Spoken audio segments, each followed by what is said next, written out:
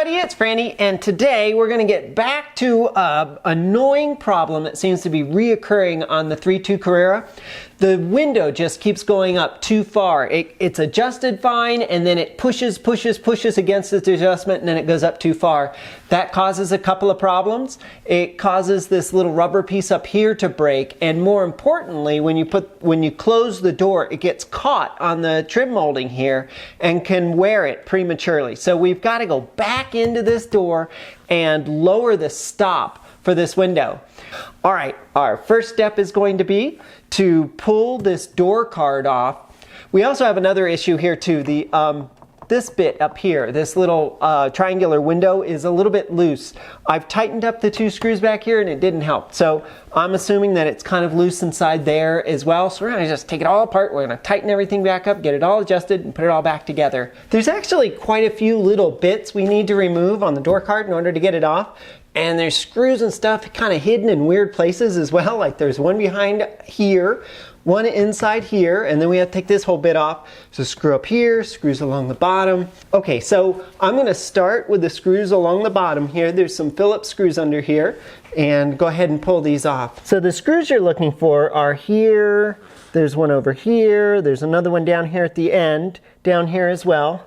So they're just sort of standard Phillips screws. So just back them out. And there's also a little washer there as well. You don't want to lose that little guy.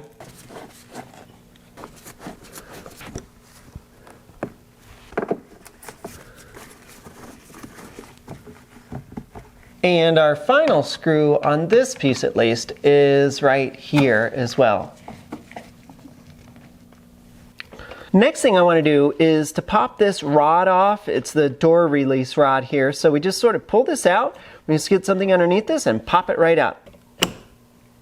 There we go. That's it. We just need it popped out of its little carrier there. That way we can pull it all the way back. And see those two holes there? You can see there's a Allen head screw in there. We need to get those guys out. If your Allen isn't quite long enough, this one's just a tad too short. You want to loosen it with this at least to get started, but this is kind of chimpy, but you can actually use a torque bit to get it the rest of the way out. Now I wouldn't use this to loosen it up from a dead, being really tight, and I won't use it to really tighten it in, but I can use it to sort of back the screw out lightly. But you want to use this first to loosen it up. So I did that, it's nice and loose.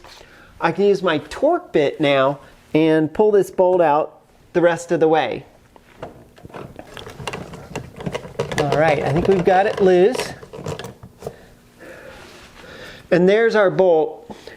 And it fits. It's a little wobbly, but it's not perfect, but it's enough just to pull it out.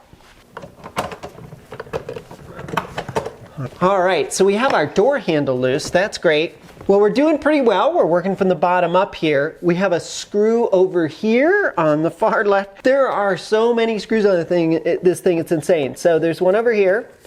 So we'll loosen that up. It's just at the left of the armrest here. Remember I said there's a screw underneath here, so we're gonna have to pull that as well. So this is just a little black cover. And there's our Phillips screw we have to take off as well.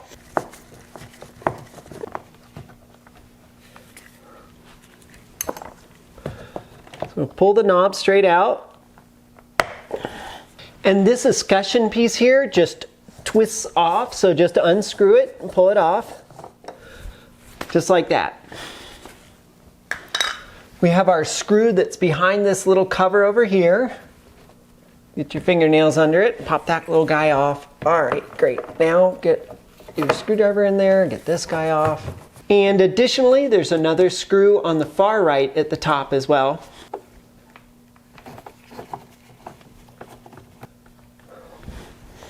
We're getting there. It's no wonder that the cars in the 80s got a little too expensive to produce and that a lot of the car companies were losing money.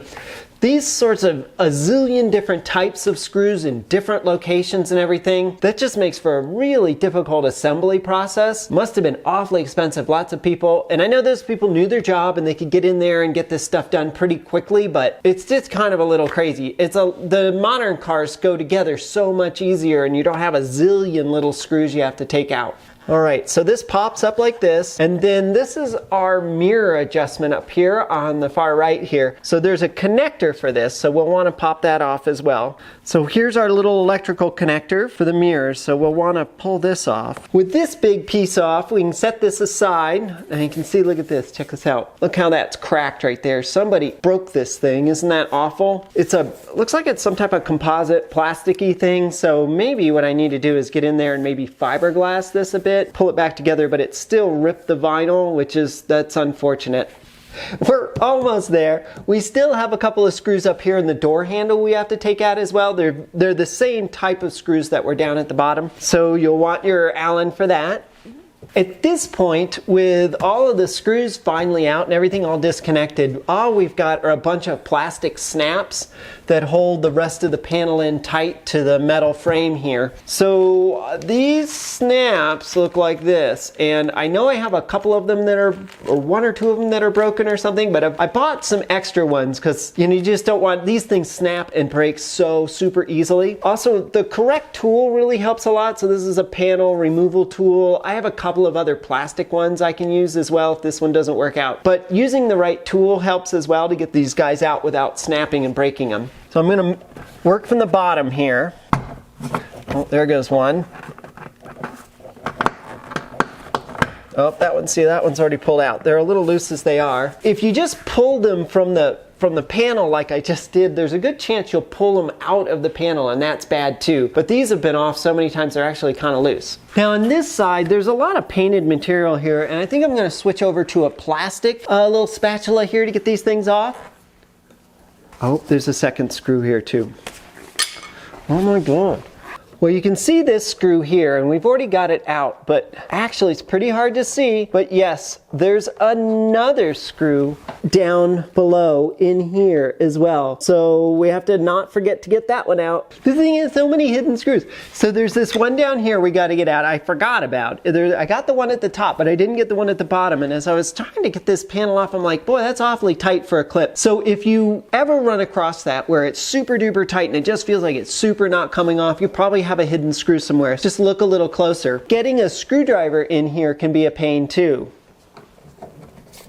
Let's get that guy loose. All right. Now, if I can pull the screws out of these parts, I prefer to do that because a lot of times then you take the door panel off and all these screws go flying. So if you can get your screws out, I always kind of work to try and do that first. Now, take a look at this. Look at all the screws and bits we've had to take off on this. There's quite a few. So if you don't have a decent number of screws and you're taking this off, then you probably have some that are still on.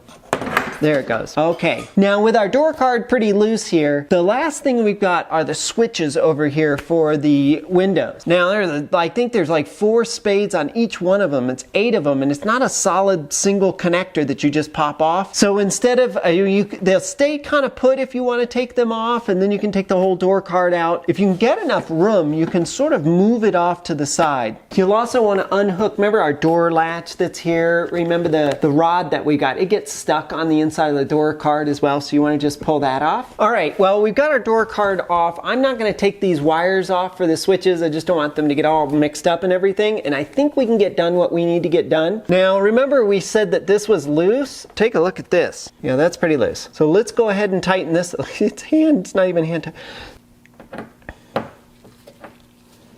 Oh, that'll certainly help. Okay, that's good. Okay, well, see our little yellow bolt in there? It's a little 10 millimeter is what that is. And see that long slot that moves up and down? As it moves back, if you loosen that up and move it back and forth, that's how you set the end play on the window itself. So what we're going to do is roll the window down a little bit, and we're going to reset that end play.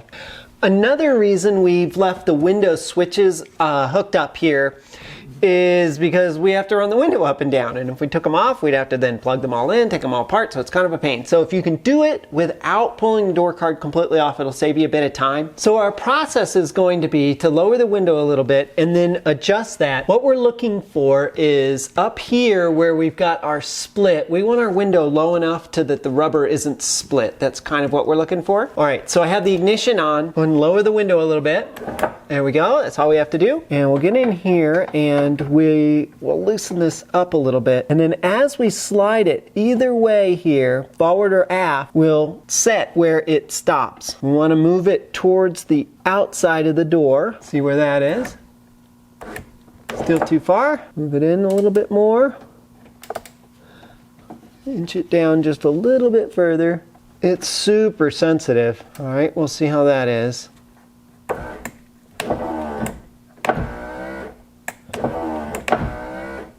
All right, all the way up. And believe it or not, we're actually a little bit too low. So we'll go ahead and raise it up just a smidgen more. It's so sensitive. Tighten it back up again. Now that's looking pretty good. Yep, as we push that down. All right, I think I like that. So we readjusted this window, this quarter window a little bit as well. I loosened it up and popped it down a little bit. I think it had been pushed forward a little bit, and that was part of the problem. So I've tightened this back up. Great opportunity while you're here to lubricate anything. I've got my mechanism pretty lubricated here to start with. I did that, 2 or 3 other times when we were in here. And as it comes all the way down, you can see there's this scissor action that goes on here. So you want to make sure all these plates and all these runs down here are well lubricated. At this point, it's just a matter of reassembling this door card, really, at this point. The last thing, of course, we want to check is, and we can't do it until we put the door card on, it's such a big pain, is to check, actually closing the door itself against the top and see if it fits underneath the lip just right. But I think it's going to be fine, judging by where our little rubber piece is up here at the top. All right, let's go ahead and put our door card back on.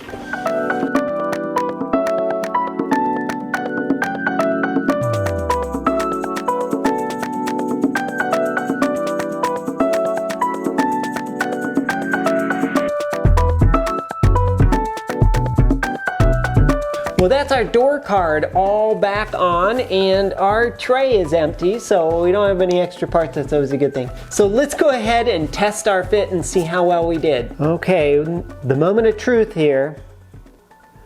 There we go. We can see that it's not banging like it was before.